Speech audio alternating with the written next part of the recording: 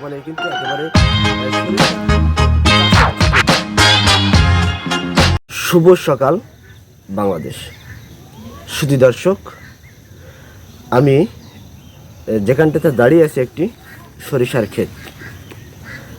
সরিষা একটি অর্থকরী ফসল। সরিষার তেল ভোজ্য তেল এবং শরীরে মাখার জন্য ব্যবহার করা হয়। এছাড়াও সরিষার তেল উৎপাদনের পরে যে খোল হয়, আমাদের স্থানীয় ভাষায় যে সরিষার খোল হয়, এই খোল আবার নানাবিধ কাজে ব্যবহার করা হয়। সব মিলে সরিষা বাংলাদেশের জন্য একটি অর্থকরী ফসল হিসেবে বেশ ভূমিকা রাখে। আমাদের এই খাজরা ইউনিয়নে পূর্বে কিছু জায়গায় সরিষার আবাদ হলেও বর্তমানে কিন্তু একেবারে সরিষা চাষের থেকে চাষিরা অনেকটা আগ্রহ হারিয়ে ফেলেছে। খাঁটি সরিষার তেল আমাদের শরীরের জন্য অনেক উপকারী। এখান থেকে যদি আমরা আরও 1 দশক পিছনের দিকে তাকাই, তো আমাদের এই গ্রামগঞ্জে একসময় এই সরিষার তেল দিয়ে রান্না হতো, মাথায় মাখা হতো, শরীরে ব্যবহার করা হতো। মোট কথা, সয়াবিন তেল বা পাম তেল এইগুলো আসার আগে আমাদের এই গ্রামগঞ্জে একমাত্রই গরিব হোক বড়লোক হোক সবারই কিন্তু একটা পছন্দের তেল ছিল এই সরিষার তেল। না, খাঁটি সরিষার তেল পাওয়া মুশকিল। নকলের ভিড়ে এই অনেকটা সমস্যার ভিতরে এই সরিষার তেল উৎপাদনে যারা আছেন, তো এই সরিষার চাষাবাদ পদ্ধতি এবং এখানে লাভ লস আমরা দেখানোর চেষ্টা করবো। আশা করি আপনারা ভিডিওটি শেষ পর্যন্ত দেখবেন।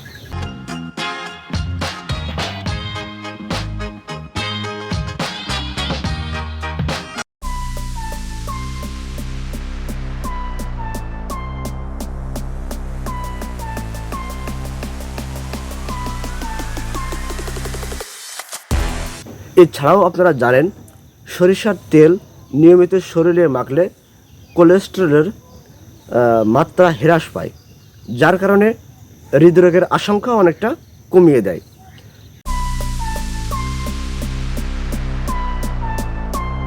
তো দর্শক, এখানে যে সরিষা ক্ষেতে যিনি চাষ করেছেন, আমরা তার সাথে কথা বলবো। আমাদের খুবই পরিচিত এবং সদালাপি 4 নম্বর ওয়ার্ডের খালিয়া গ্রামের হারান কাকা। কাকা, আপনার শরীর কেমন আছে? খুব ভালো না, তো মোটামুটি যাই হোক, কৃষিকাজ করি, আমার জীবিকা নির্বাহ হয়, আমি তাই করি খাই আর কি। আচ্ছা, এই যে আপনার এখানে যে সরিষার আবাদ করেছেন, একটু কতটুকু জায়গা হবে? আনুমানিক 10 কাঠা। 10 কাঠা। এখানে এই কি জাতের সরিষা চাষ করেছেন? এই হাইব্রিডের উন্নত জাতের বীজ। হাইব্রিড উন্নত জাতের বীজ? হ্যাঁ। এটা কি মানে এই বীজগুলো আপনি কোথা থেকে সংগ্রহ করেছেন? নদিয়া জেলা থেকে। নদিয়া জেলা থেকে? হ্যাঁ। আচ্ছা, এখানে আমাদের যে মানে সরকারিভাবে বীজ দেওয়া হয়, এগুলো আপনি কি জানেন কিনা? জানতাম না, এই জন্যই তো বাইরে থেকে নিয়ে এসেছি। আচ্ছা, সরকারিভাবে আসলে কৃষকদের সরকারিভাবে প্রণোদন দেওয়া হয় সরিষা চাষ, যেহেতু আপনি জানেন না। তো এই যে 10 কাঠা জমিতে আপনার সরিষার চাষ করতে একেবারে ফলন তোলা পর্যন্ত আপনার কত টাকা খরচ হতে পারে?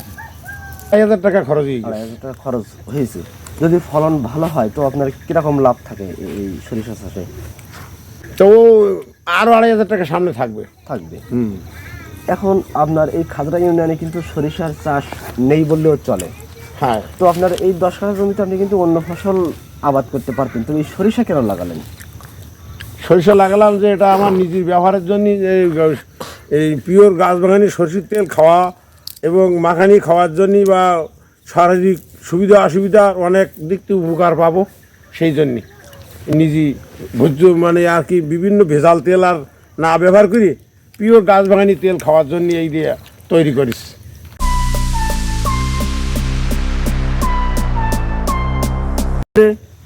আপনারাও তো ছোটবেলায় সরিষার তেল ব্যবহার করতেন রান্নার জন্য এবং গায়ে মাখার জন্য। হ্যাঁ। তো এই সরিষার তেল, যে খাঁটি সরিষার তেল, আপনি কি এখন কি পান? না, এখন পাওয়া যায় না বলি তো নিজে চাষ করেছেন। হ্যাঁ, চাষ করে লাগাইছি। এখান থেকে যে তেল উৎপাদন হবে, এগুলো কি আপনি বাজারে বিক্রি করবেন না সবগুলো আপনার পরিবারের ব্যবহারের জন্য রাখবেন? না, আমার নিজের ব্যবহারের জন্য আমি বিক্রি করিনি, আমার নিজের ব্যবহারের জন্য আমি এগুলো রেখে দিই। আচ্ছা, এবং এই যাদের এরকম জমি আছে সরিষা চাষের জন্য উপযোগী, তাদের উদ্দেশ্যে আপনি কি বলবেন? বলবো যে তোরা আমার সাথে তোরা এই সরষে চাষ করি, সরষে চাষ করলে এতে পিওর ভালো সরষের তেল খাওয়া যাবে, কোনো সন্দেহ নেই। এই বীজ উন্নত জাতের বীজ। কিন্তু আচ্ছা, এখন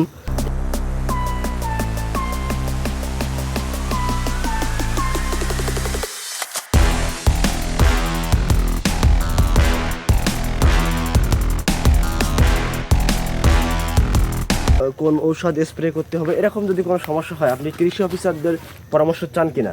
হ্যাঁ, চাই। কৃষি অফিসারের পরামর্শ হলে আর সবচেয়ে ভালো হয়, কেননা এই যে ধরনের একটা কীটনাশক ওষুধ ব্যবহার করলে আমার শস্যটা এসছি আর একটু ভালো তো।